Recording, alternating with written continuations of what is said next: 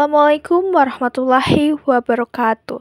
Halo semuanya, kami dari kelompok 1 kelas 11 A33 SMA Negeri 9 Balikpapan dengan guru pendamping Ibu Jubaidah SE ingin menyampaikan hasil diskusi kelompok kami yang berjudul jenis-jenis kebijakan moneter. Sebelum kita membahas lebih lanjut tentang jenis-jenis kebijakan moneter, marilah kita berkenalan dengan anggota kelompok 1. Yang pertama ada Adistira Putri, yang kedua ada Adila Hanandia, yang ketiga ada Diandra Rizky, dan yang terakhir ada Caca Aulia. Pengertian kebijakan moneter. Kebijakan moneter merupakan proses mengatur persediaan uang sebuah negara untuk mencapai tujuan tertentu. Misalnya, menahan inflasi, mencapai pekerja atau lebih sejahtera, atau bisa juga disebut dengan margin recruitment. Nah, ada dua jenis kebijakan moneter, yaitu kebijakan moneter ekspansif dan kebijakan moneter kontraktif. Untuk lebih lanjutnya, simak video ini sampai akhir ya. Kebijakan moneter ekspansif.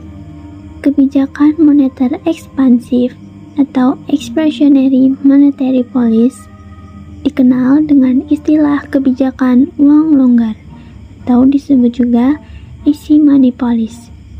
Kebijakan ini dapat dilakukan untuk mendorong pemulihan ekonomi saat resesi melalui penambahan jumlah uang beredar. Kebijakan moneter ekspansif Bank Sentral. Yang pertama, menurunkan tingkat suku bunga. UBI atau singkatan dari Uang Bank Indonesia dapat menurunkan suku bunga jika kondisi ekonomi sesuai dengan ekspektasi atau politik diskonto. Yang kedua, membeli surat-surat berharga seperti sertifikat Bank Indonesia. Bank Indonesia atau BI melakukan lelang sertifikatnya atau bisa juga melalui pembelian surat berharga di pasar modal. Yang ketiga, menurunkan kas cadangan minimum untuk menambah jumlah uang beredar di Bank Sentral, menurunkan neraca cadangan wajib Bank Umum.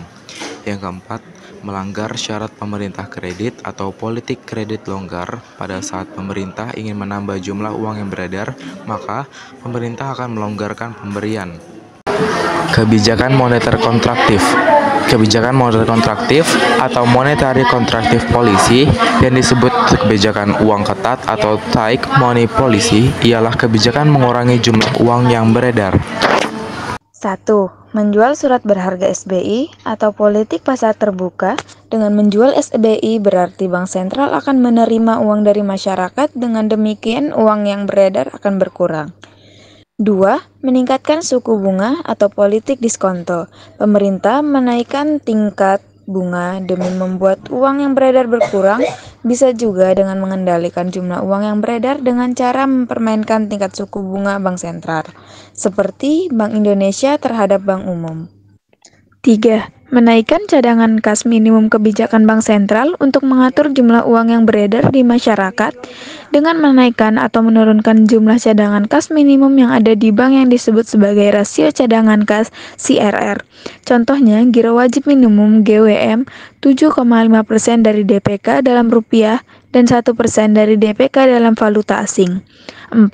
Memperketat syarat pemberian kredit, politik kredit selektif. Jika pemerintah ingin mengurangi jumlah uang yang beredar, maka pemerintah akan mengetatkan pemberian kredit-kredit selektif ini dilakukan dengan cara menentukan syarat-syarat kredit yang dikenal dengan 5C: karakter, capacity, capital, collateral, dan condition. Kesimpulan. 3. Menaikkan cadangan kas minimum. Kebijakan Bank Sentral untuk mengatur jumlah uang yang beredar di masyarakat dengan menaikkan atau menurunkan jumlah cadangan kas minimum yang ada di bank yang disebut sebagai rasio cadangan kas CRR.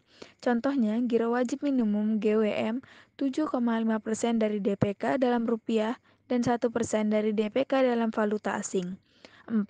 Memperketat syarat pemberian kredit, politik kredit selektif. Jika pemerintah ingin mengurangi jumlah uang yang beredar, maka pemerintah akan mengetatkan pemberian kredit-kredit selektif ini dilakukan dengan cara menentukan syarat-syarat kredit yang dikenal dengan 5C: karakter, capacity, capital, collateral, dan condition.